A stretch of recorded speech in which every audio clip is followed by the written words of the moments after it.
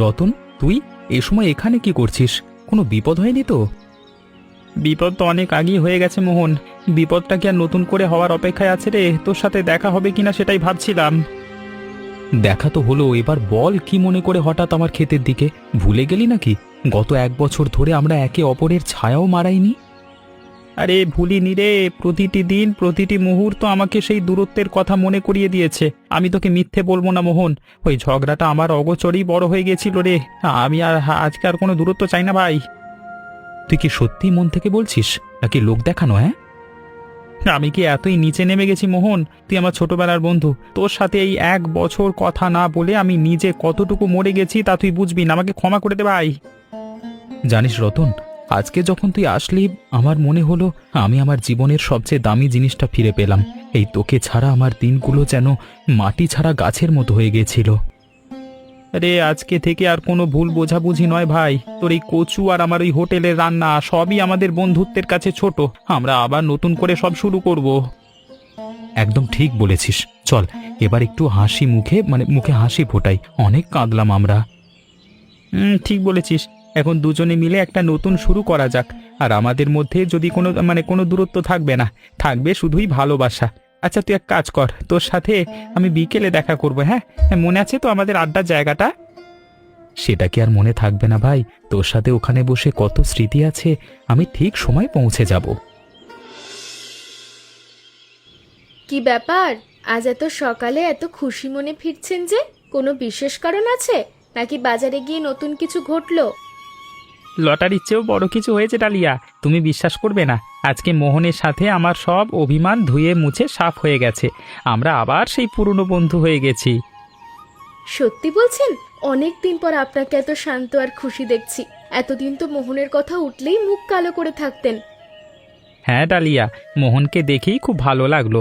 কতদিন যে আমাদের কথা বন্ধ ছিল, আজকে সব আক্ষেপ মিটে গেল। আমরা দুজনে মিলে কত কথা বললাম, কত হাসাহাসি করলাম। আমি তো আপনাকে অনেকদিন আগেই বলেছিলাম বন্ধুত্বের মাঝখানে এত অভিমান জমিয়ে রাখতে নেই। দুজনে মুখোমুখি বসে কথা বললে সবকিছু তো কত আগেই মিটে যেত। তুমি ঠিকই বলেছ, আমি বড় ভুল করছিলাম। মোহনের সাথে কথা বলে আজকে বুঝলাম ওর মনের ভেতরেও আমাকে নিয়ে কত যন্ত্রণা ছিল। যাক, শেষ পর্যন্ত বুদ্ধিটা তো খুলেছে। এখন তো অনেক কাজ বাকি। হোটেলের দিকেও তো নজর দিতে হবে। আজ কি নতুন কিছু রান্না করবেন? আমি এখন হোটেলে যাচ্ছি। জায়গাটা অনেক দিন পরিষ্কার করা হয়নি, একটু ধোয়া মোছা করতে হবে, তারপর রান্না বান্না চাপাতে হবে। তুমি কি করবে এখন? আমি বাড়ির কাজগুলো গুছিয়ে নিচ্ছি। আপনি যান, ভালো করে দোকানটা পরিষ্কার করে নিন। আজ যেন সব কাজে আলাদা একটা আনন্দ পাচ্ছি। একদম ঠিক বলেছ, আজকে যেন বাতাসটাও অন্যরকম লাগছে। তুমি নিশ্চিন্তে থাকো। হ্যাঁ, আমি গিয়ে আগে হোটেলের ধুলোবালি সব পরিষ্কার করি। মোহনের সাথে কথা বলে আজকে যেন নতুন সাহস পাচ্ছি।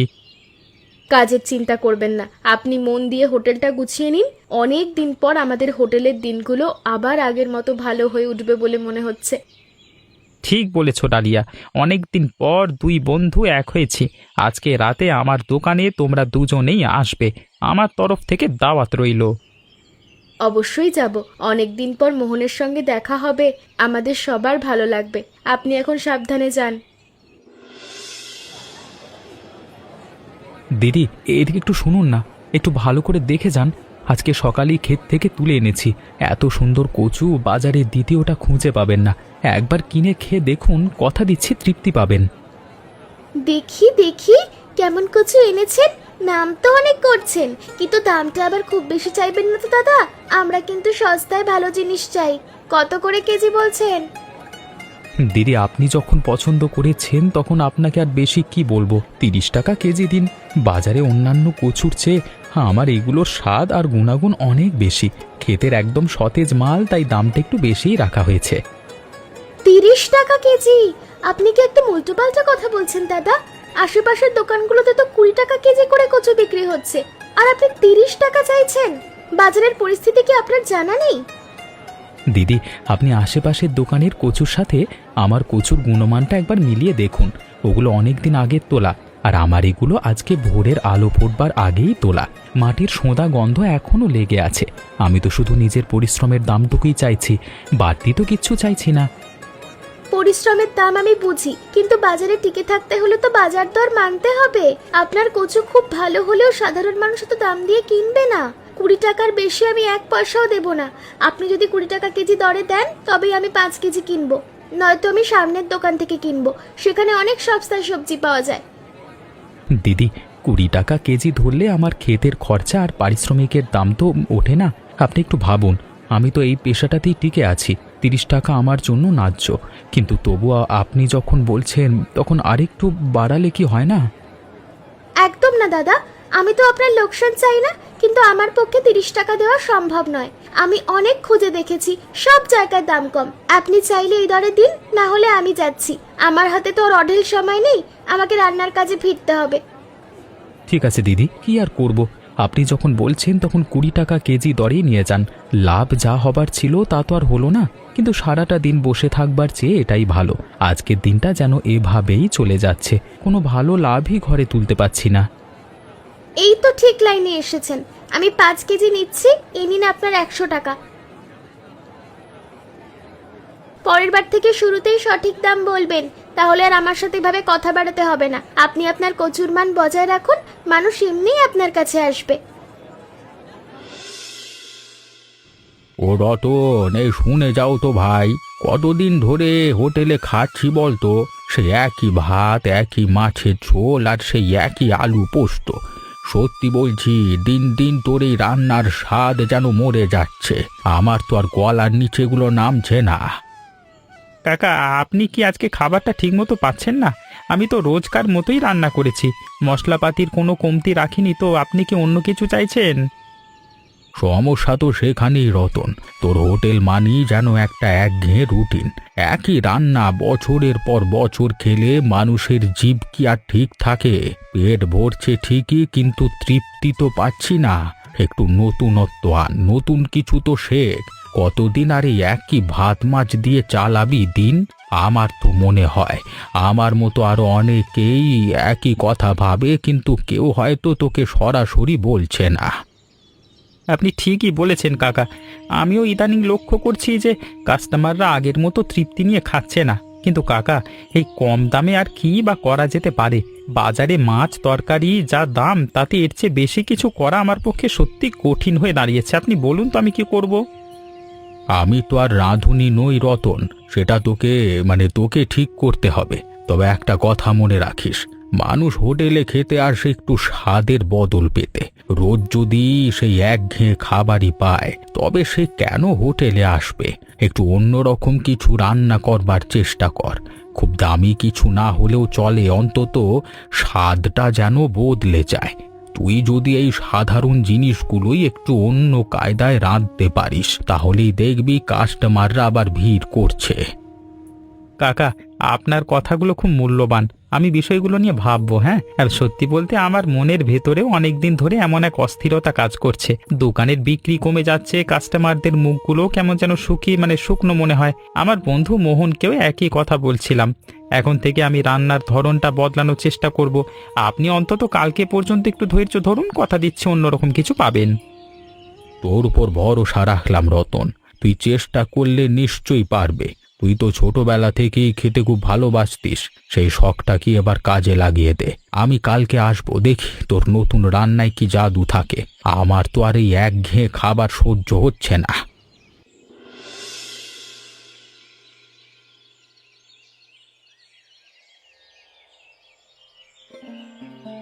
কিরে রতন, এভাবে একা একা এখানে বসে আছিস? তোকে দেখে তো মনে হচ্ছে খুব বড় কোনো সমস্যায় পড়েছিস।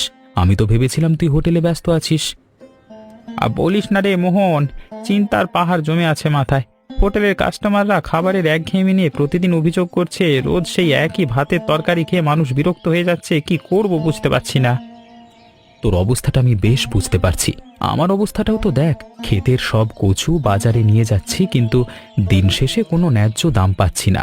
পরিশ্রমের কোনো মূল্যই যেন নেই। এটাই তো সমস্যা, জিনিসের দাম বাড়ছে কিন্তু আমাদের ইনকাম বাড়ছে না। নতুন কিছু করবার উপায়ও দেখছি না। তুই বলতো, এই সামান্য পুঁজিতে হোটেলের রান্নাঘরে নতুন কি আনবো? সত্যি বলতে আমিও খুব হতাশ। আমি নিজেও বুঝতে পারছি না কিভাবে এই পরিস্থিতির বদল হবে। পরিশ্রম তো কম করছি না, কিন্তু দিন শেষে লাভের মুখ দেখছি না। মনে হচ্ছে যেন এক বৃত্তের মধ্যে আটকে পড়েছি।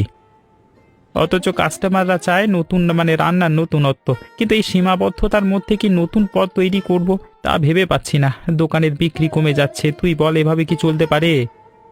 তোর হোটেল আমার ক্ষেত দুটোকেই যদি নতুনভাবে কাজে লাগাতে পারতাম তবে হয়তো অবস্থার বদল হতো। তুই ঠিকই বলেছিস, আমাদের দুজনকে একে অপরের সহায় হতে হবে। একটা উপায় আমাদের বের করতেই হবে। আমরা ছোটবেলা থেকে বন্ধু, আমাদের এই বিপদ থেকে তো বেরোতেই হবে। আমরা কি নতুন পদ নিয়ে ভাবতে পারি? তুই আমার কচু নিয়ে কচু দিয়ে এমন কিছু করতে পারিস না যা মানুষের মুখে স্বাদ বদলাতে সাহায্য করে? সেটা একটা ভালো পরিকল্পনা হতে পারে। অনেকদিন পর দুই বন্ধু এক হয়েছে।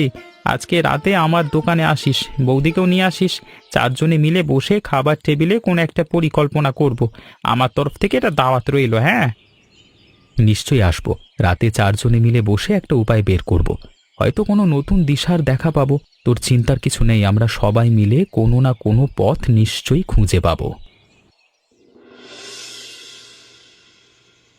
তানিয়া, একটা বিশেষ কথা আছে। আজকে বিকেলে নদীর পাড়ে রতনের সাথে দেখা হয়েছিল। ও আমাদের রাতে হোটেলে নিমন্ত্রণ করেছে। তাই নাকি? অনেকদিন তো ওদের সাথে তেমন একটা যোগাযোগ নেই। তাহলে তো ভালোই হলো, রতন ভাই ঠিকই করেছেন। ঠিকই বলেছ। আসলে আমরা দুজনেই খুব হতাশ ছিলাম, তাই আজকে বিকেলে বসে অনেক গল্প করলাম। ও খুব আন্তরিকভাবে আমাদের দাওয়াত দিল। এটা তো খুব আনন্দের খবর। অনেকদিন পর দুই বন্ধুর আবার দেখা হচ্ছে। কিন্তু রতন ভাই কি একা ডেকেছেন নাকি বৌদিও থাকবেন? না, ও স্পষ্টভাবে বলেছে যে তোমাকেও নিয়ে যেতে হবে।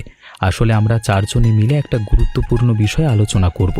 হোটেলের অবস্থাটা তো তুমি জানো, কাস্টমার কমেছে। আমি তো আর খালি হাতে যেতে পারি না। নিমন্ত্রণ যখন করেছে তখন তো কিছু নিয়ে যাওয়া উচিত। তুমি একটু মিষ্টির দোকানে যাবে? তুমি ঠিকই বলেছ। আমিও ভাবছিলাম খালি হাতে যাওয়াটা কেমন দেখায়। ঠিক আছে, আমি যাওয়ার সময় মিষ্টির দোকান থেকে কিছু মিষ্টি নেব। যতই নিজেদের হোক, আমাদের নিজেদের একটা সম্মান আছে। আর সম্পর্কের ক্ষেত্রেই ছোটখাটো সৌজন্যবোধ খুব জরুরি।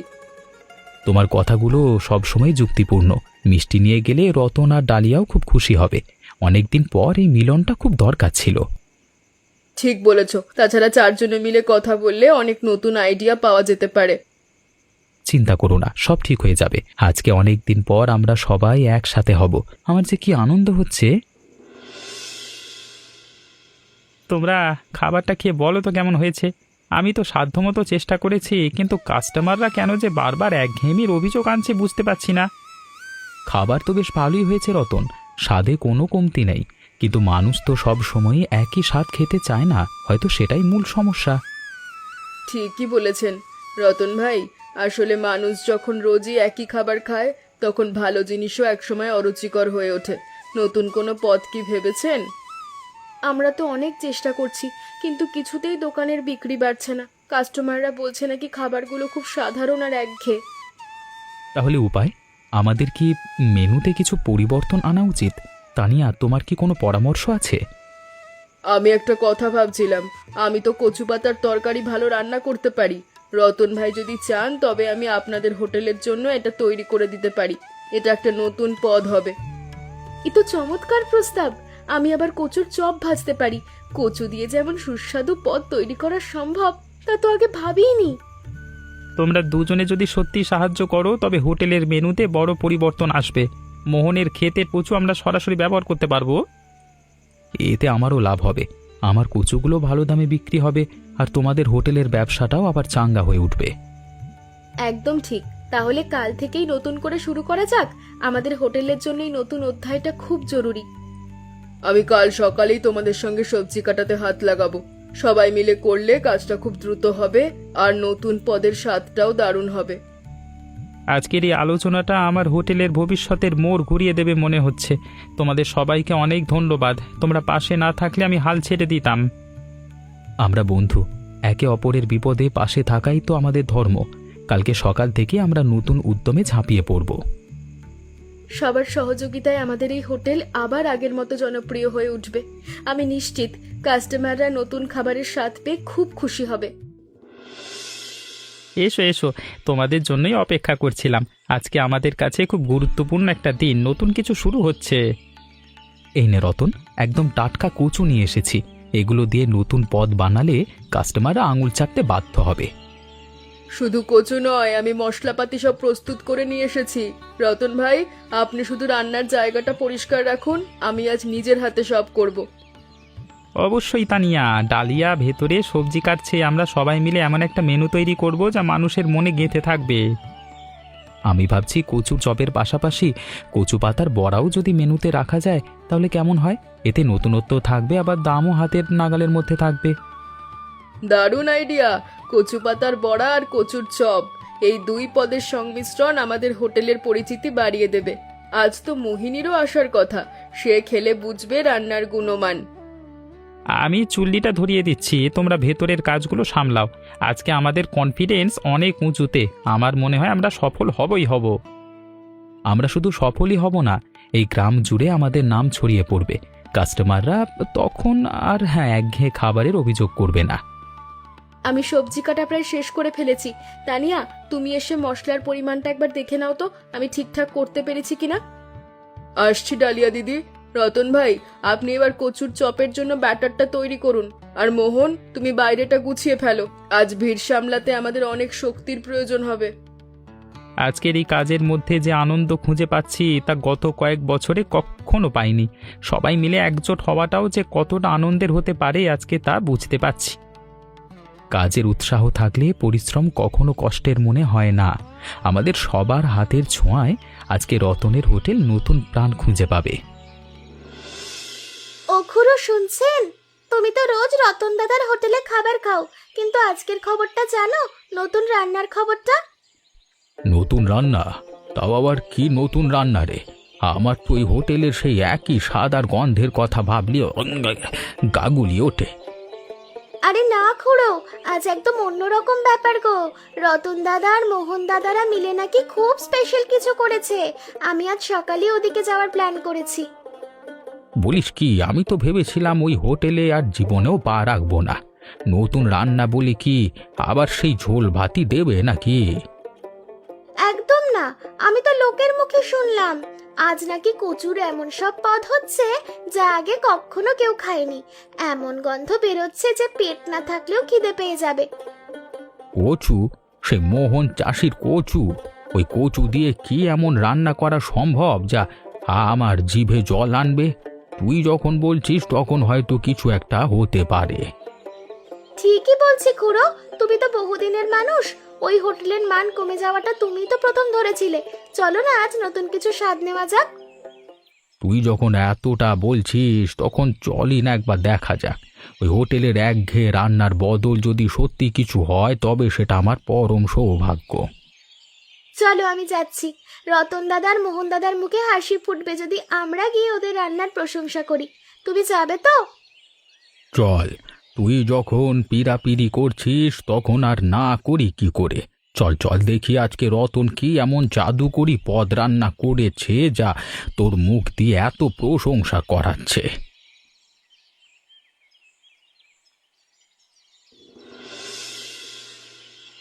অনেকদিন পর আপনাদের দুজনকে একসাথে আমাদের হোটেলে দেখে সত্যিই খুব ভালো লাগছে।